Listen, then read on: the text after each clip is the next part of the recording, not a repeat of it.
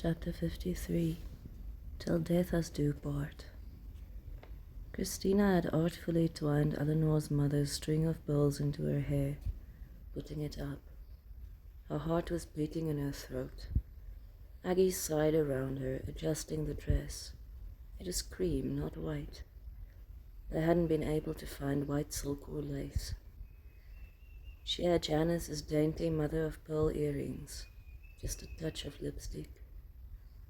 The feeling of floating above it all hadn't gone away. Janice stuck the bouquet of lily of the valley in her hand, took her by the elbow, led her from the vicarage door. It was all so simple, so right.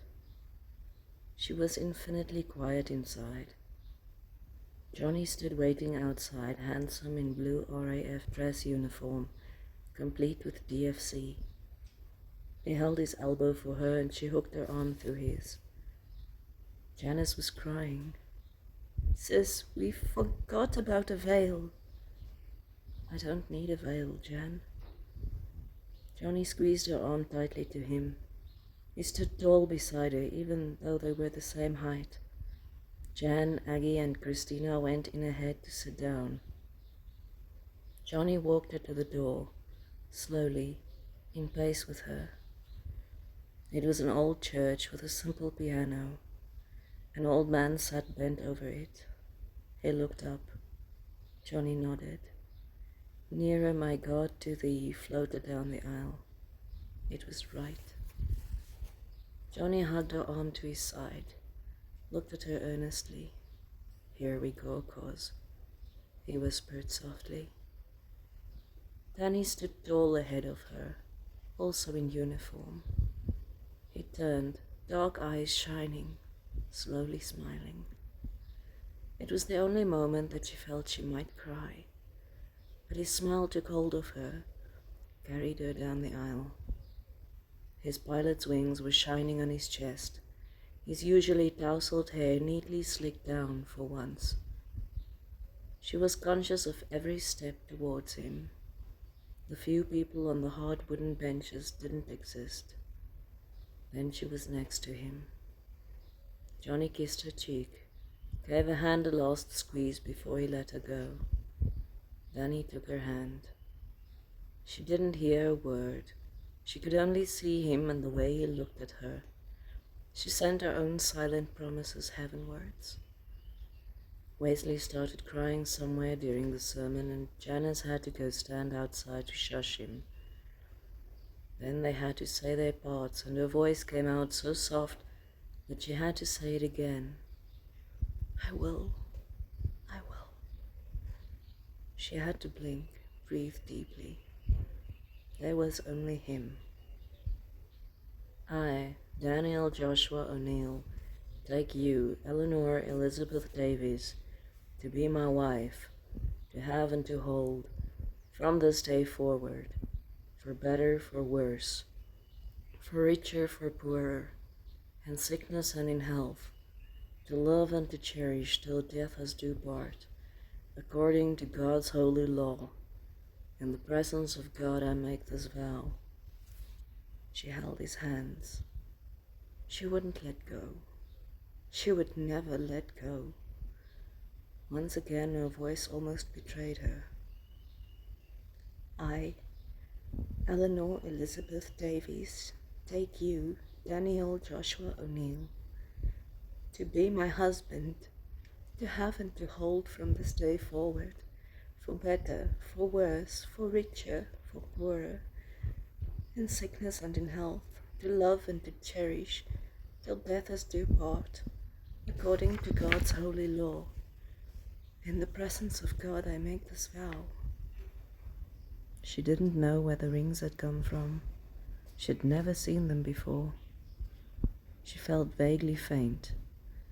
They were two very simple gold bands. Danny slipped hers on her finger, caught her eyes with his. Eleanor, I give you this ring as a sign of our marriage. With my body I honor you.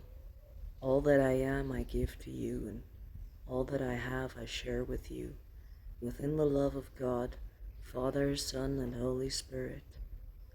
He squeezed her hand, let go. She slipped the plain gold band on Danny's finger. Oh, her traitorous voice. Do not shake. Do not shake. She tried to send it up straight from her heart. Danny, I give you this ring as a sign of our marriage. With my body I honor you. All that I am I give to you, and all that I have I share with you, within the love of God, Father, Son, and Holy Spirit. Their hands were joined. In the presence of God and before this congregation, Daniel and Eleanor have given their consent and made their marriage vows to each other. They have declared their marriage by the joining of hands and by the giving and receiving of rings. I therefore proclaim that they are husband and wife. Those whom God has joined together, let no one put asunder. She was shaking. There was blessing and prayer, and they signed papers. They were hugged and hands were shaken. Johnny was smiling quietly. Janice's face was tearful. Christina was flushed.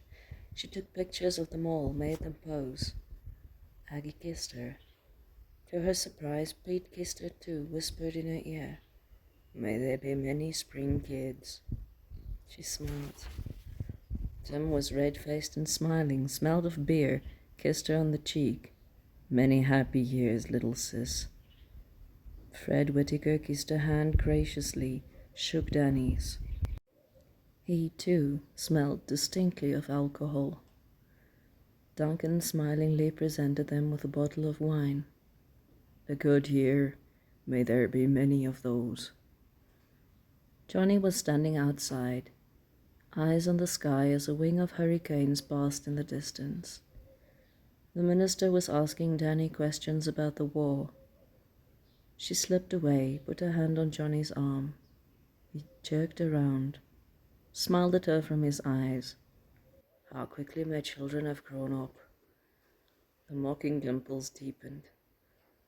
She kissed his cheek. "Thank you, Gus. We wouldn't be here if it wasn't for you." He winked. "You'll make me betray I have a heart, sweet Elle. Go rescue your husband."